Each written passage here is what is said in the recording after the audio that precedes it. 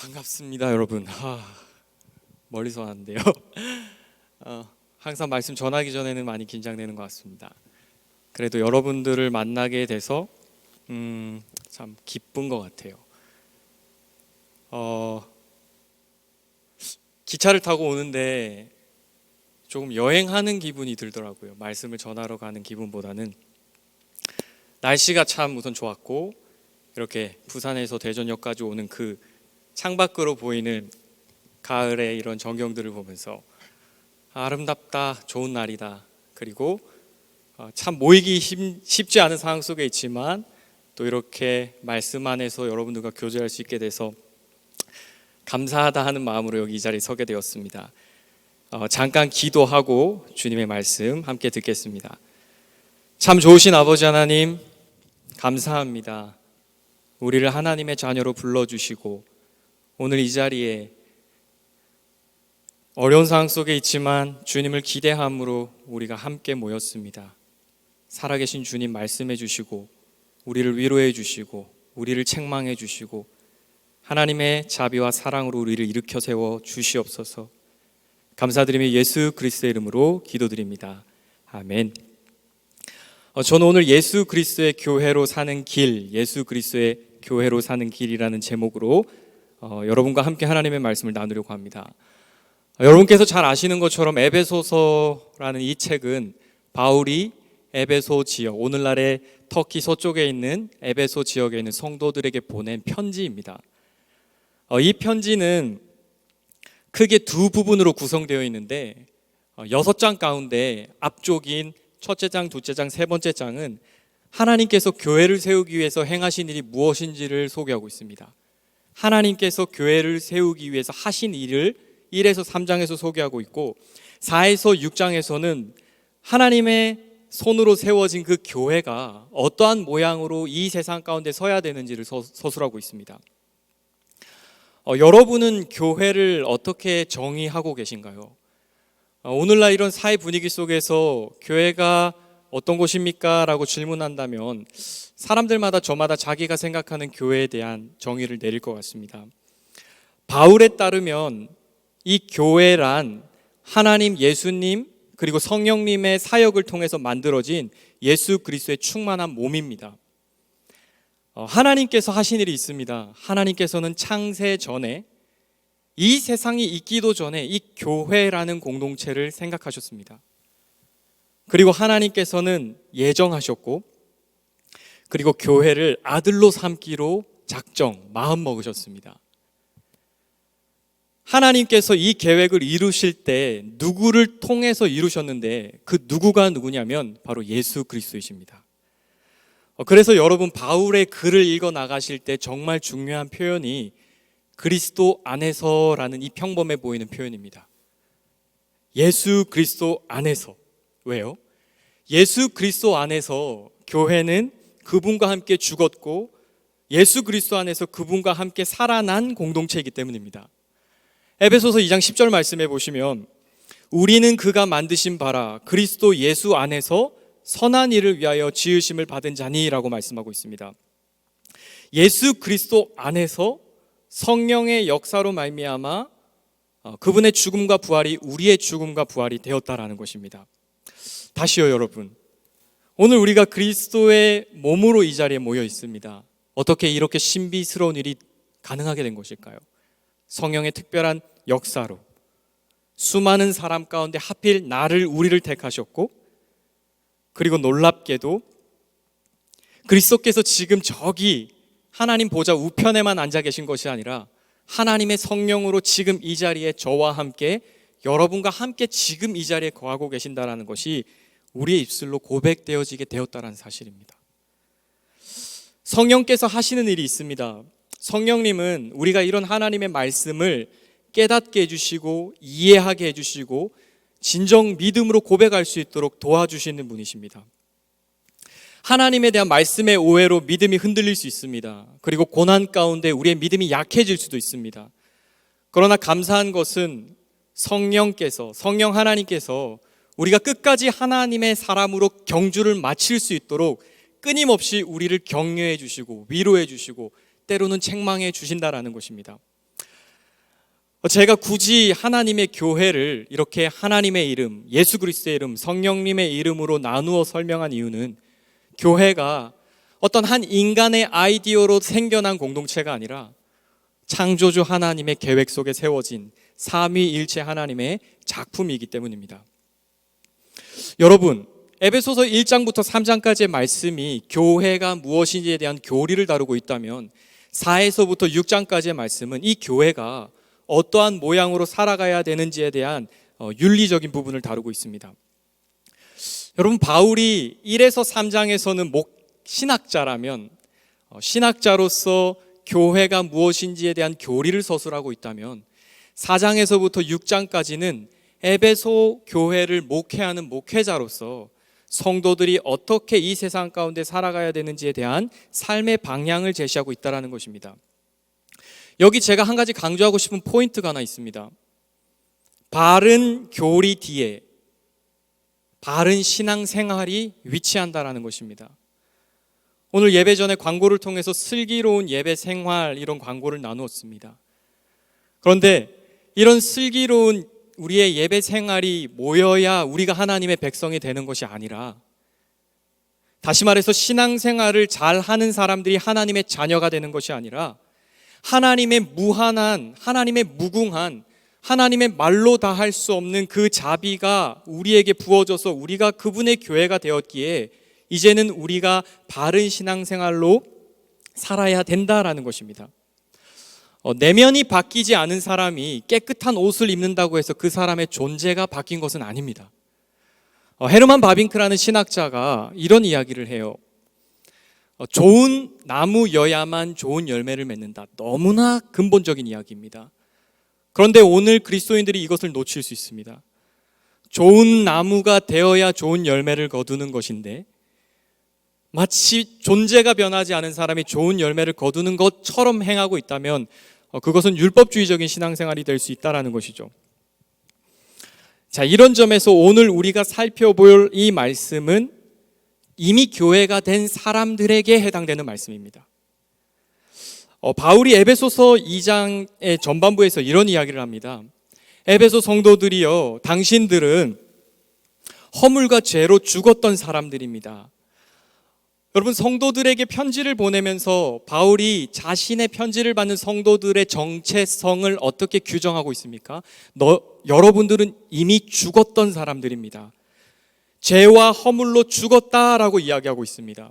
조금만 더 읽어보면 여러분들은 원래 진노의 자녀였습니다. 여러분들은 본질상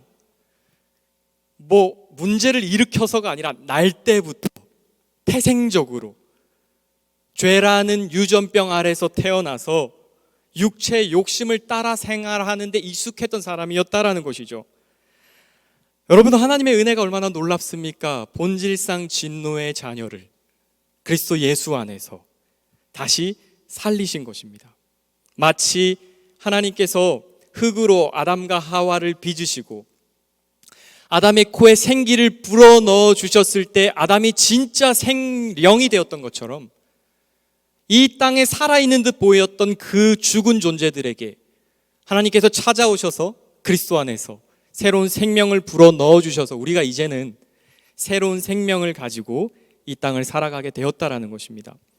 제가 그림을 하나 가지고 왔는데요. 보여주시겠어요? 죽은 말에게 채찍을 가하지 마라라는 영어 표현이 있습니다. 죽은 말에게 채찍을 가하지 마라. 죽은 말에게 왜 채찍을 가하지 말아야 할까요? 여러분들이 아시는 것처럼 생명이 없는 말에게 아무리 열심히 채찍을 가해도 이 말이 다시 일어나서 뛰는 일이 벌어지지 않기 때문입니다. 여러분, 굉장히 중요한 메시지입니다. 이미 죽어 있는 사람들에게 전도하십시오. 부르심을 받은 대로 행하십시오.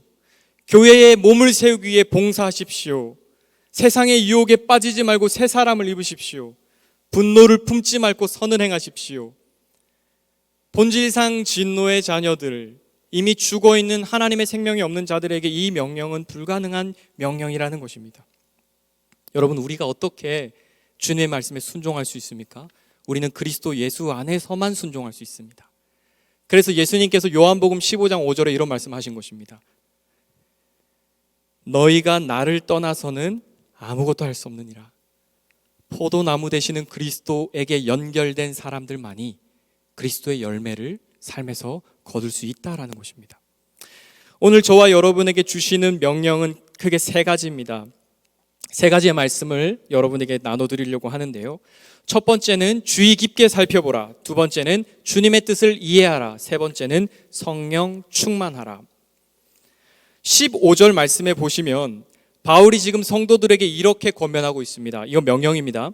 어떻게 행할지를 자세히 주의하라. 여기서 자세히라는 말은 정확하게, 세밀하게, 아주 주의하여. 여러분, 바울이 지금 성도들에게 어떤 삶을 요구하고 있는 것이죠? 대충, 무분별하게, 마음대로 살면 안 된다. 오히려 어떻게? 아주 조심스럽게 주의하며 걸음걸음을 내딛어야 된다라고 명령하고 있습니다. 여러분, 바울이 왜 이렇게 주의 깊은 삶을 성도들에게 명령하고 있는 것일까요? 그 이유가 16절에 있습니다. 여러분 한번 읽어주시겠습니까? 16절 말씀 시작.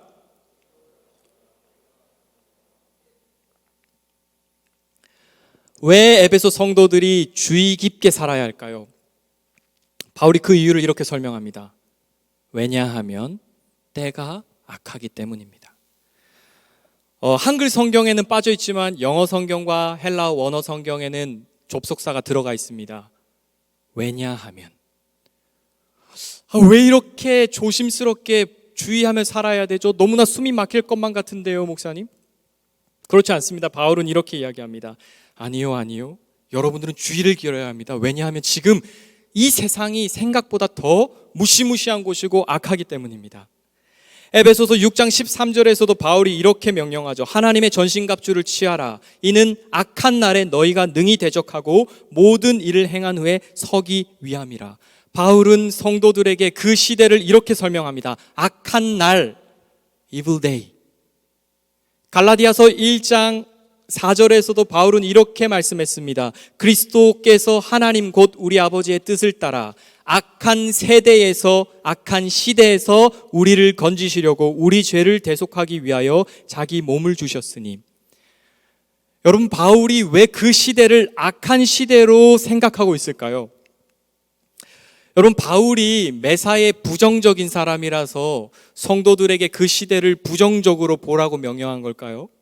아니면 바울의 기질이 우울질이라서 세상은 조금 어두운 곳이야, 이런 이야기를 하고 있는 것일까요?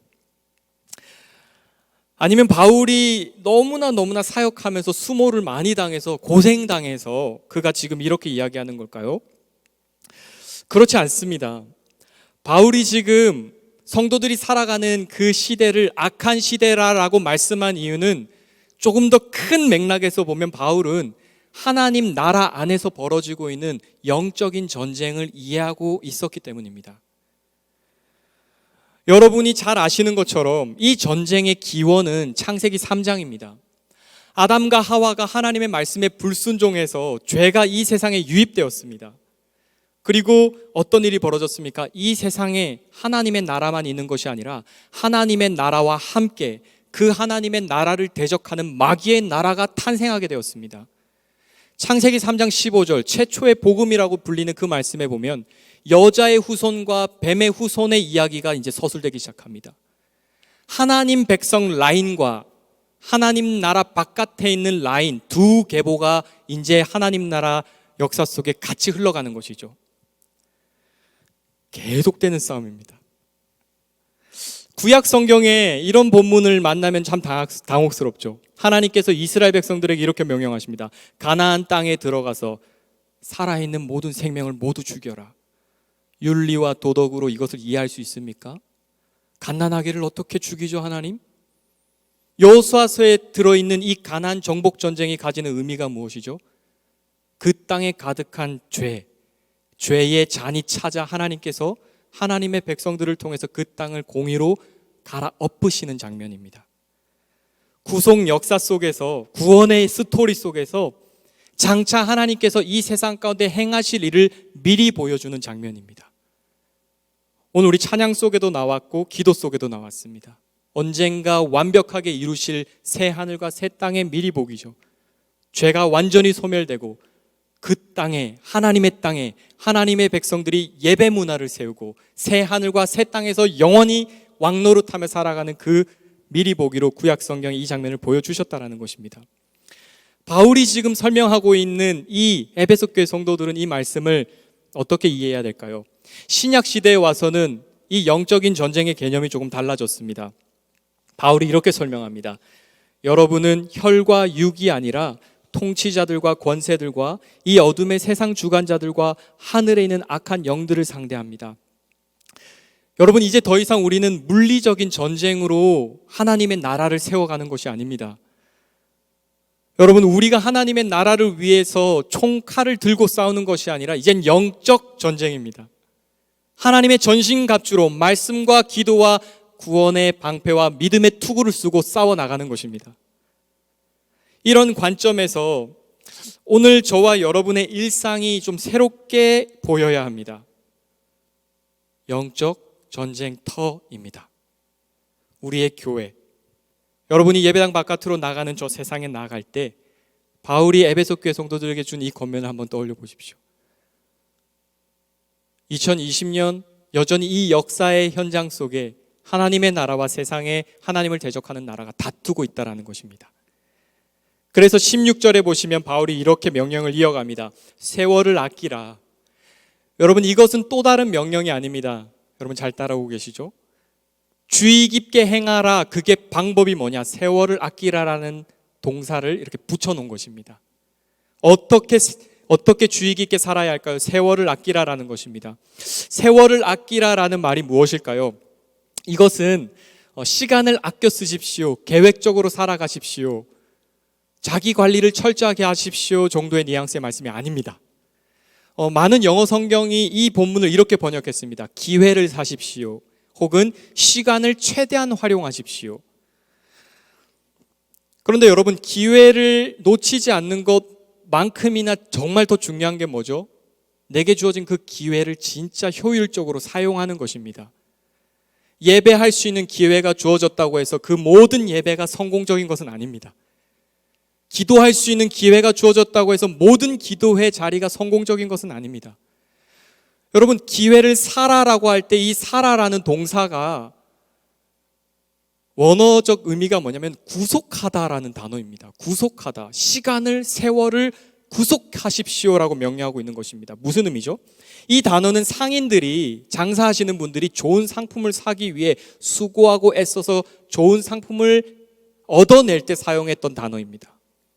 지금 바울이 에베소 성도들에게 어떤 권면을 하고 있는 것입니까? 여러분의 삶의 모든 순간을 하나님 앞에서 가장 의미 있고 효율적으로 사용해야 된다라고 권면하고 있는 것입니다. 오늘 이 첫 번째 명령을 우리의 삶에 어떻게 적용할 수 있을까요? 저는 간단하게 이렇게 한 문장으로 적용해 보았습니다. 그리스도인이 관심을 갖지 않아도 될 만큼 하찮은 시간은 없다.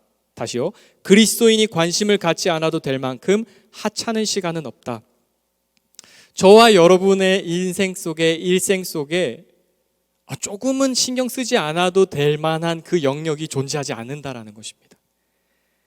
하나님께서 우리에게 매일매일 주시는 이 24시간이 하나님이 우리에게 주시는 하나님의 계획 안에 포함되어 있는 시간들이라는 것을 우리가 기억해야 된다는 것입니다.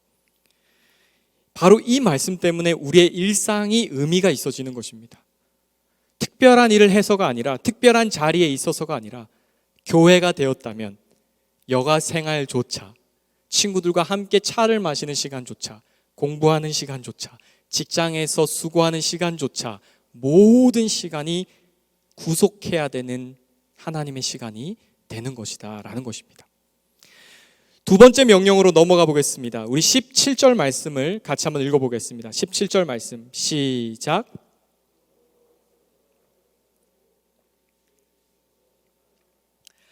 여러분, 첫 번째 명령이 뭐였죠? 주의 깊게 행하라.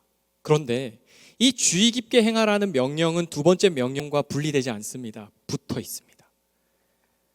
어리석은 자가 되지 말고 오직 주의 뜻이 무엇인지 이해하는 사람만이 세월을 아낄 수 있고 하나님 앞에서 온전하게 살아갈 수 있다는 것입니다. 여러분은 어리석은 자가 어떤 사람이 어리석은 자라고 생각하십니까? 어리석은 자. 바울의 설명대로라면 어리석은 자는 주님의 뜻을 바르게 이해하지 못하는 사람입니다. 주님의 뜻. 주님의 뜻을 이해하지 못하는 것입니다. 여러분 좀 이 말씀에 머물러 보십시오. 주님의 뜻. 누구의 뜻을 이해 못한다고요? 주님의 뜻, 주님에게 속한 뜻, 주님에게서 나오는 뜻을 어리석은 사람들은 이해하지 못한다라는 것입니다. 여러분, 교회 안에서 하나님의 일을 할 때조차도 가끔 이런 오해를 하시는 분들이 있습니다. 좋은 생각이 하나님의 뜻이라고 생각하는 것입니다. 정리를 오늘 한번 해볼까요? 하나님의 모든 생각은 다 좋은 생각입니다.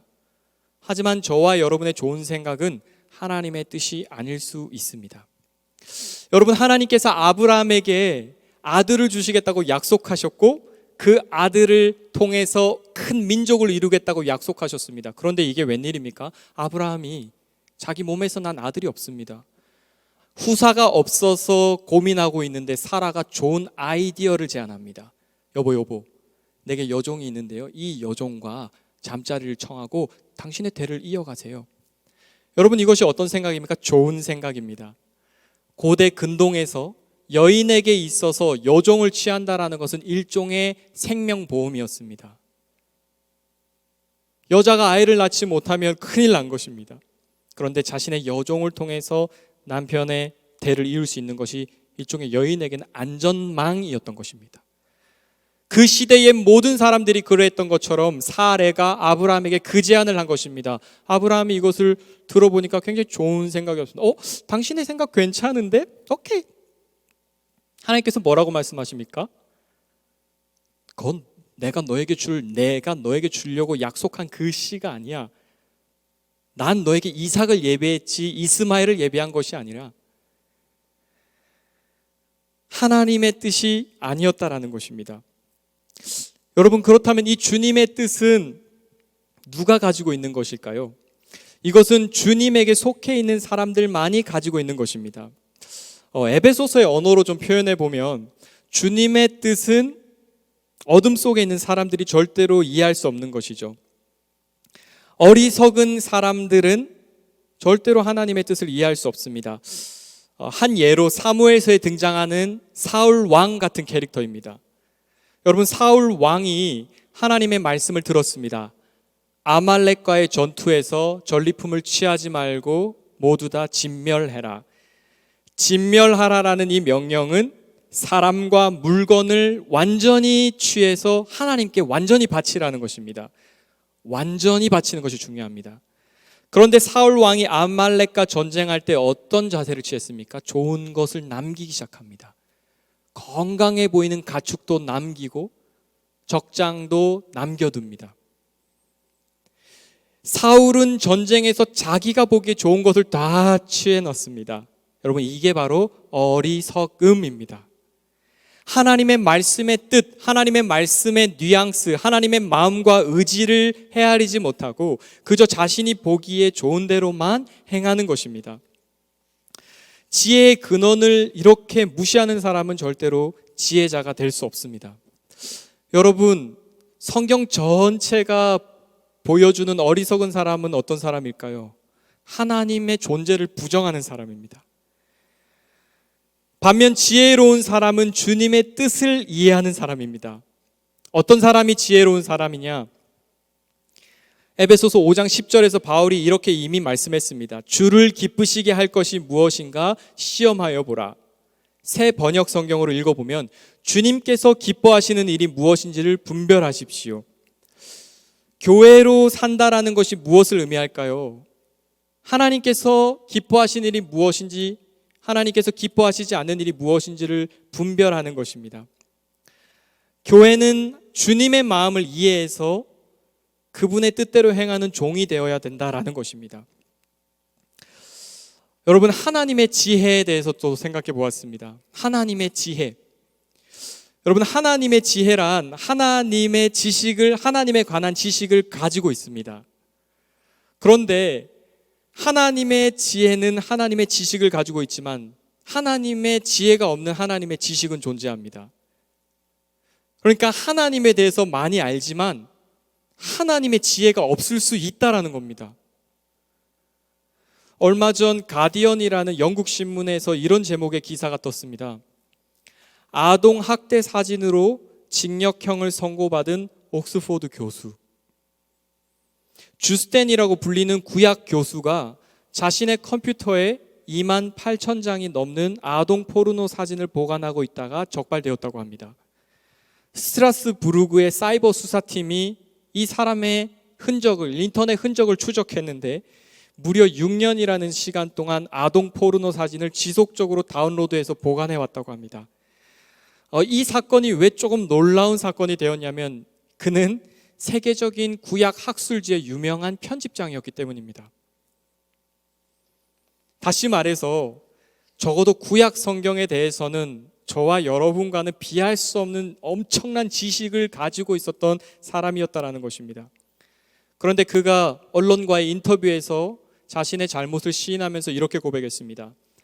나의 중독은 내 자신과 모순되는, 이 표현이 참 마음에 남더라고요. 비밀의 정원이었다. 기사 그대로 얘기하면 시크릿 가든이었습니다.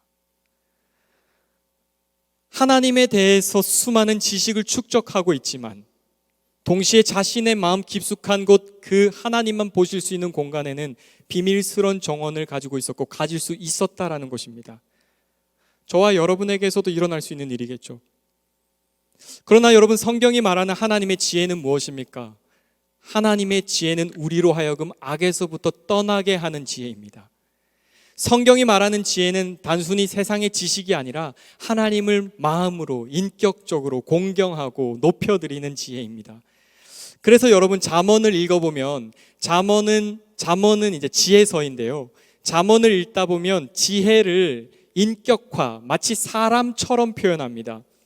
지혜를 여인으로 소개하고 있습니다. 여러분, 놀랍지 않습니까? 지혜라는 여자와 사귀어야 지혜가 충만해진다라는 것을 보여주는 것입니다. 반면 어리석은 사람을 잠언에서 뭐라고 소개하냐면 음녀와 사귀는 사람으로 소개합니다. 음녀와 사귀면 어리석어지는 거고 지혜로운 여인과 사귀면 지혜로워지는 것입니다. 오늘 이 두 번째 명령을 우리가 어떻게 적용할 수 있을까요? 저와 여러분이 주님의 뜻을 이해하기 위해서 어떤 변화가 필요할까요? 교회가 지혜로우려면 하나님 한 분만을 두려워해야 합니다. 교회가 주님의 뜻을 이해하려면 주님을 진정으로 경외하고 그분만을 사랑해야 된다는 것입니다. 여러분, 이제 마지막 세 번째 명령입니다. 18절 말씀 같이 한번 읽어보겠습니다. 시작.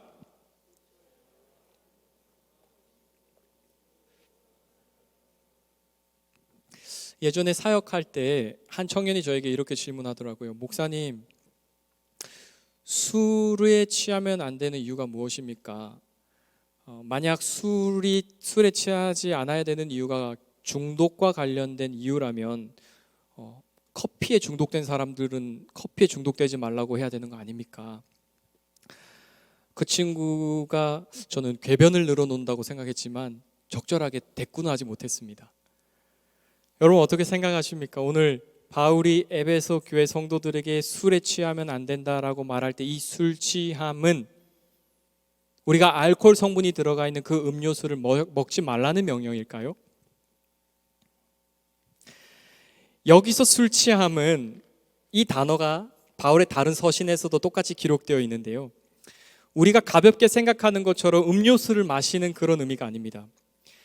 바울의 문맥 안에서, 바울의 언어 세계 안에서 이 술 취함은 물질 세계의 노예가 되어 살아가는 사람, 어리석은 사람들의 전형적인 모습입니다. 데살로니가전서 5장에 보면 바울이 어둠과 빛의 이미지로 하나님께 속한 사람과 어둠에 속한 사람들을 소개하고 있습니다. 그러면서 성도들에게 이렇게 권면해요.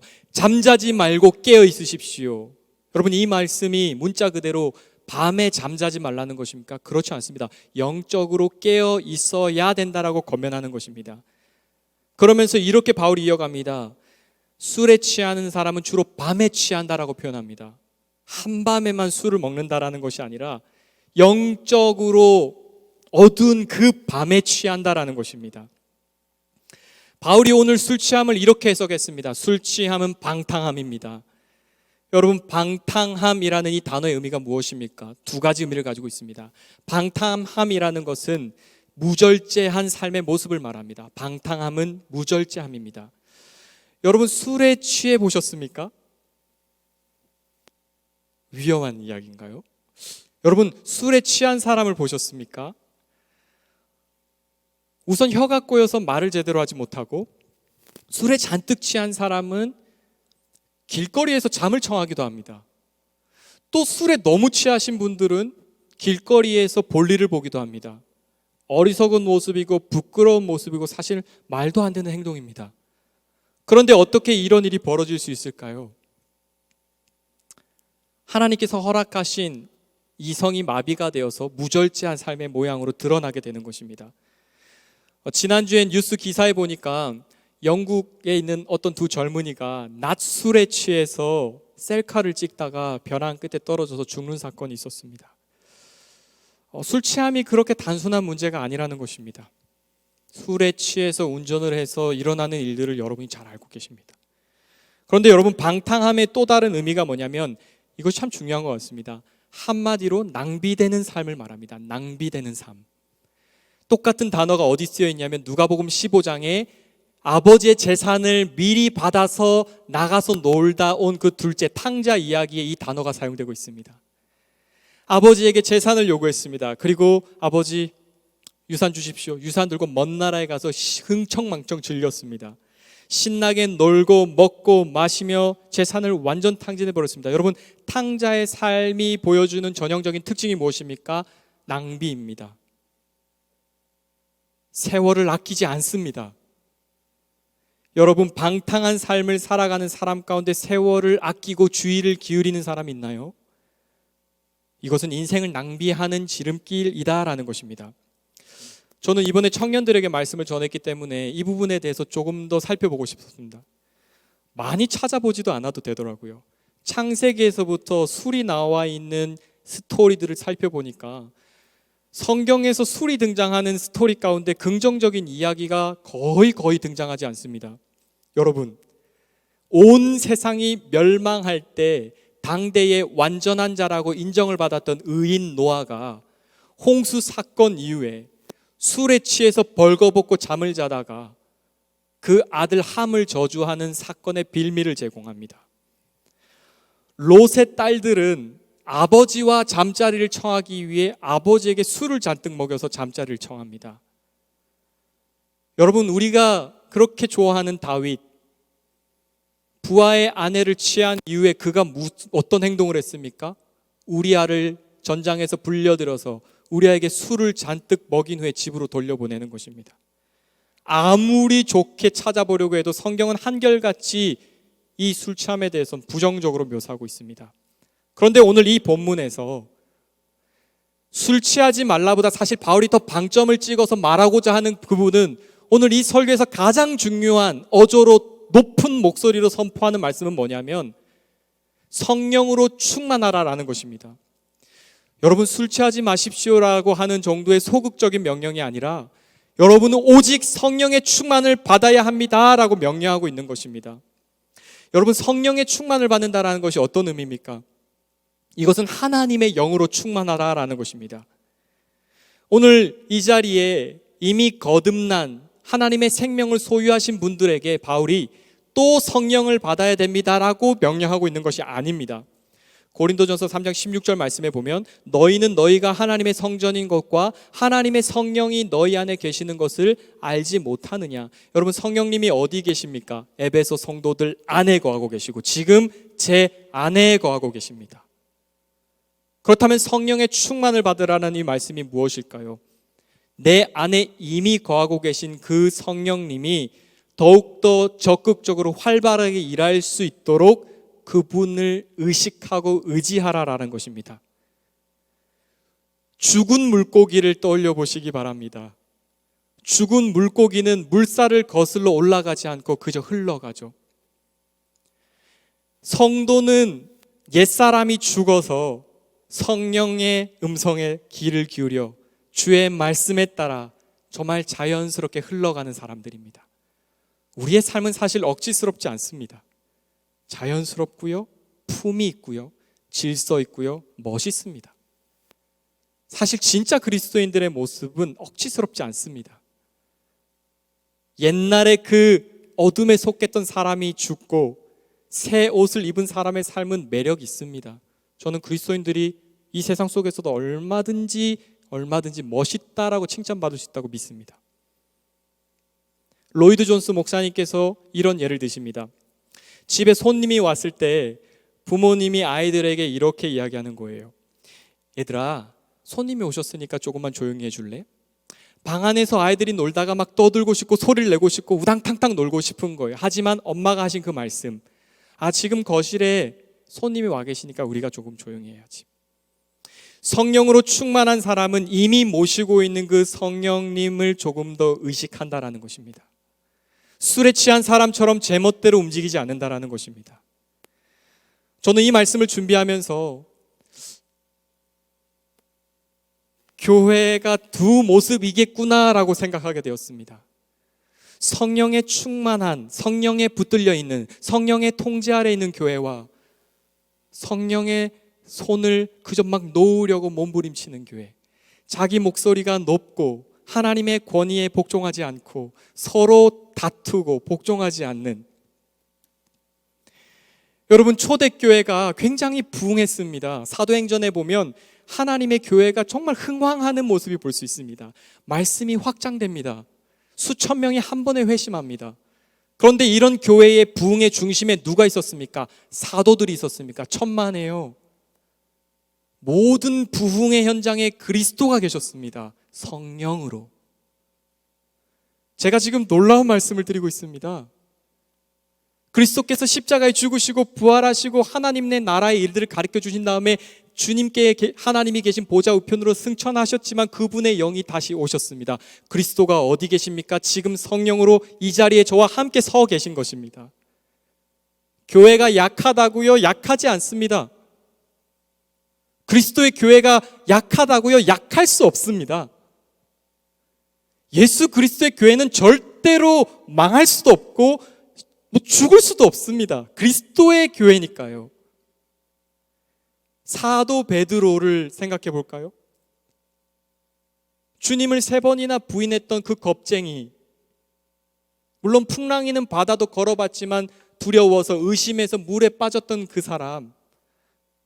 그런데 사도행전에 등장하는 사도 베드로를 보십시오. 사람을 두려워하지 않고 하나님을 의식하며 담대히 하나님의 말씀을 선포하는 완전한 사람으로 변화되어 있는 것입니다. 사랑하는 청년부 여러분, 이것은 조금 다른 사람이 된 것이 아니라 완전히 변화된 사람이 된 것입니다. 저와 여러분이 성령으로 충만하다라는 것은 우리의 삶에 조금 다른 변화가 일어나는 것이 아니라 비잉 존재 자체가 완전히 새로워지는 것입니다. 그것이 그리스도인이고 그리스도인의 삶입니다. 오늘 세상 사람들이 기대하는 것처럼 마스크를 꼭 써서 예배를 드려주는 그 정도 수준이 아닙니다. 오늘 하나님이 우리에게 허락하신 그 수준은 장차 그리스도의 신부가 될 만큼 완전하고 거룩하고 흠이 없는 상태까지 나아가는 것입니다. 이처럼 멋진 일을 예수 그리스도 안에서 우리가 경험하고 있다는 것입니다. 오늘 저와 여러분의 삶 속에 계속해서 추구되어야 되는 것이 바로 이것입니다. 성령 충만한 것입니다. 성령을 의지하고 갈망하고 원하고 사랑하고 대화하고 사귀고 기대하는 것입니다. 여러분, 성령님과 더 깊이 사귀어야 한다라는 것입니다. 완전 빠지셔야 합니다. 온라인 예배라고 해서 나 혼자 덩그러니 앉아 있는 것이 아니라 그 자리에 그리스도의 영이 함께 나를 북돋아주고 계시다라는 것을 믿고 의지해야 된다라는 것입니다. 성령님은 어떤 파워가 아닙니다. 성령님은 인격이십니다. 대화하실 수 있고 생각하실 수 있고 기뻐하실 수 있고 슬퍼하십니다. 성령께서 우리가 그분을 무시할 때 근심하십니다. 때로는 우리가 방탕을 향해 나아갈 때 성령은 노여워하시기도 합니다. 말씀을 준비하면서 생각해 보았습니다. 성령님과 더 많이 대화해야 되는구나. 말씀 속에서, 기도 속에서, 찬양 속에서, 예배 속에서, 여러분 직장 생활 속에서, 공부하고 계신 대학생분들은 공부할 때조차도 하나님에 대해서 공부하고 있는 것이니까요. 여러분, 이런 과정을 통해서 성령께서 계속해서 우리를 그분이 원하시는 그 지점까지 변화시켜 나가신다라는 것입니다. 그분과 친밀할수록 그분의 음성을 크게 들을 수 있습니다. 그분을 무시할수록 주님의 음성이 잘 들리지 않습니다. 그분과 친밀할수록 조금 더 풍성하고 깊은 기도할 수 있습니다. 근데 그분과 멀리 있으면 기도할 말이 잘 떠오르지 않습니다. 저도 지금은 학생이 되어서 매일 집에서 온라인 예배를 드리고 가을 학기가 시작되어서 온라인으로 새벽에 수업을 듣고 있습니다. 오늘 이 말씀을 전하면서 가장 큰 유익을 누리는 사람은 제 자신입니다. 한 달 전부터 말씀을 묵상하고 준비하고 살아보고 실패해보고 넘어져보고 죄도 짓고 다시 하나님 앞에 서고, 하지만 그 과정을 통해서 계속해서 하나님 앞에 나아가는 것입니다. 여러분, 성령 충만은 모함이 아닙니다. 제가 오늘 18절 이후의 9절에 나오는 내용들을 여러분에게 다룰 시간은 없을 것 같습니다. 그런데 성령 충만한 교회인지 성령 충만하지 않은 교회인지 알 수 있는 기준 딱 하나를 말씀드리겠습니다. 여러분 지금 이 자리에서 가족 혹은 이웃과의 관계를 확인해 보십시오. 교회니까 공동체와의 관계를 생각해 보십시오. 제가 왜 이렇게 말씀을 드리냐면, 이것은 그냥 하는 말이 아니라 성경의 근거에서 말씀드리는 것입니다. 오직 성령의 충만을 받으라라는 이 말씀 이후에 나오는 명령이 뭐냐면 이웃과의 관계에 관한 것입니다. 부부관계, 주인과 종의 관계, 부모와 자녀의 관계. 그런데 바울이 이 관계를 말하기 이전에 뭐부터 선포합니까? 상호 복종하십시오. 상호 복종. 서로 복종하라는 것입니다. 성령 충만하라라고 한 말씀 이후에 따라오는 말씀입니다. 무슨 말일까요? 성령 충만한 사람만이 복종할 수 있는 사람입니다.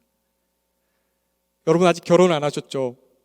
제가 성령 충만해야 저의 아내를 죽기까지 사랑할 수 있는 것입니다. 저희 아내가 성령 충만해야 저를 주님의 마음으로 존경할 수 있는 것입니다. 때로 상대방이 부족할 때도, 상대방이 미운 말로 나를 찌르는 그 순간에도, 두 사람이 육체적으로 지쳐서 삶에 지쳐서 힘든 순간에도 성령의 충만하면 그 환경을 초월해서 뛰어넘어서 상호 복종하며 말씀대로 하나님의 가정을 세울 수 있다는 것입니다. 성령 충만한 목사님들이 양들을 끝까지 품고 갈 수 있겠죠. 성령 충만한 그리스도인만이 직장에서 상사의 권위에 복종하며 죽게 하듯 일할 수 있겠죠. 성령 충만한 파트타임 하시는 분들이 아무도 보이지 않지만 주님이 보고 계신 것처럼 진열대에 물건을 넣고 봉사하겠죠. 여러분, 그리스도인의 삶이 위대하고 다른 것입니다. 이 예배당 안에서 달라지는 것이 아니라 우리의 일상이 완전히 새로워지는 것입니다. 성령 충만한 사람만이 이 코로나 시대 속에서도, 이 역경 속에서조차 신실하신 하나님을 신뢰하며 찬양하며 감사하며 기도하며 이 순간을 통해서 자신 개인과 공동체의 연단을 이뤄나갈 수 있겠죠. 뒤집어 이야기하겠습니다. 하나님의 성령의 통제를 받지 않은 교회가 얼마나 아파하고 있습니까? 오늘 이 자리에 말씀을 마무리하면서 제가 질문해 봅니다. 우리가 이런 예수 그리스도의 교회가 될 수 있을까요? 오늘 우리가 이 주신 세 가지 명령을 온전히 완벽하게 실천할 수 있을까요? 제가 8월 23일 날 이 말씀을 전했어야 됐는데 오늘 이 말씀을 전합니다. 지난 저의 한 달을 말씀드리겠습니다. 주의 깊게 행하려고 했는데 잘 못했습니다. 세월을 아끼려고 했는데 유튜브도 많이 봤습니다. 요즘 재밌는 게 너무 많습니다. 술은 안 취했는데요, 그렇다고 성령에 취하지 못했던 것 같습니다. 여러분에게 전하고 살아야 될 말씀을 저도 해보니까 이거 쉽지 않더라고요. 오히려 더 안 되는 것도 많았던 것 같습니다. 그런데 우리에게 어떤 소망이 있습니까? 주께서 이렇게 말씀하십니다. 우리의 소망 되시는 예수 그리스도께서 오늘 이 세 가지 말씀을 완벽하게 순종하셨다라는 것입니다. 그 짧은 공생의 기간 동안 그리스도는 단 한순간도 허투루 쓰신 시간이 없습니다. 그리스도는 주님의 뜻을, 아버지의 뜻을 완벽하게 이해하고 행하셨습니다. 그래서 예수님께서 가르치실 때 회당에서 사람들은 그분의 가르침의 권위에 놀라기까지 했습니다. 아유, 목사님, 예수님도 성령 충만하셨나요? 예수님도 성령 충만하셨습니다. 예수님께서 공생의 사역을 시작하시면서 세례 요한에게 세례를 받을 때 하늘에서 성령이 내려와 그분에게 임하셨습니다. 오늘 우리에게 있는 소망이 무엇일까요? 오늘 우리의 열심이나 노력에 있지 않습니다. 오늘 예수 그리스도의 교회가 소망이 있는 이유는 우리의 머리가 그리스도이시기 때문이고 그 그리스도께서 몸인 우리를 계속해서 부요하게 하시고 충만하게 하시기 때문입니다. 오늘 우리가 찬양했던 것처럼 여러분, 우리는 이미 교회가 되었습니다. 그러나 아직 완전한 교회가 된 것은 아닙니다. 우리는 이 긴장 관계 속에서 남은 자로서 이 교회의 사명을 지금 감당하고 있는 것입니다. 우리는 어쩌면 조롱받는 시대의 성도로 살아가고 있는지 모르겠습니다. 그런데 1세기의 성도들은 무엇을 당했죠? 조롱은 받지 않았지만 핍박을 견뎌야 했습니다. 그들은 황제가 아닌 그리스도가 주님이라는 그 이유, 주님이 그리스도를 왕으로 모신다는 이유로 목숨을 내놓아야만 했습니다. 저는 이번 학기에 요한계시록이라는 수업을 들으면서 그냥 요한계시록 1장부터 21장까지를 그냥 읽어보고 있습니다. 얼마 전 요한계시록 1장, 2장, 3장을 읽는데 하나님께서 7교회에게 이렇게 말씀하시더라고요. 성령이 교회들에게 하시는 음성을 들을지어다. 근데 그 음성이 뭐냐면 견뎌야 된다는 것이었습니다. 그리고 놀랍게도 하나님께서 교회를 이뤄가시는 그 계획 속에 핍박이 들어가 있더라고요.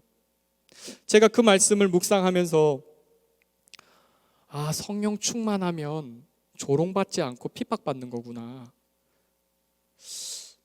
오늘 이 말씀과 자연스럽게 연결이 되었습니다. 우리가 성령 충만하면 세상으로부터 핍박을 받을 수 있겠구나. 그런데 놀라운 것은 하나님의 계획 속에 이 교회를 향한 핍박이 포함되어 있구나. 지금 저희는 힘든 시간을 통과하고 있습니다. 여러분, 그런데 소망을 잃지 마시기 바랍니다. 하나님께서 이 어려운 시간들을 통해서 하나님의 교회를 더욱더 무장시키시고 성령으로 충만하게 하시고 정결하게 해 나가실 것입니다. 그리고 예수 그리스도의 교회가 언젠가 우리 주님께서 다시 오실 때 정말로 이 세상에 새 하늘과 새 땅이 도래했을 때 주님의 교회와 주님이 함께 영원히 이 세상을 다스리며 영원토록 그분을 찬양하게 될 것입니다. 여러분, 그날이 가까이 와 있습니다.